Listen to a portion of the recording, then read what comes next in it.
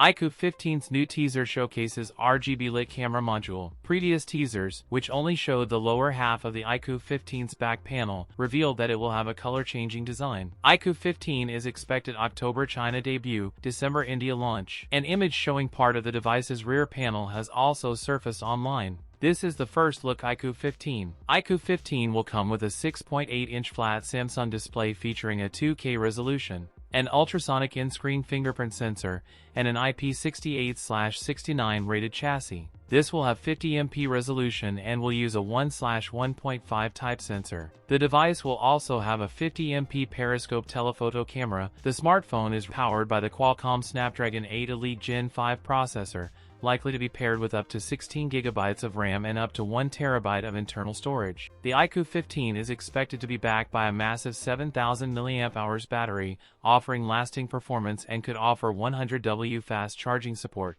That's it for today's video. If you enjoyed it, don't forget to like, comment, and subscribe for more content. Thanks for watching, and I'll see you in the next one.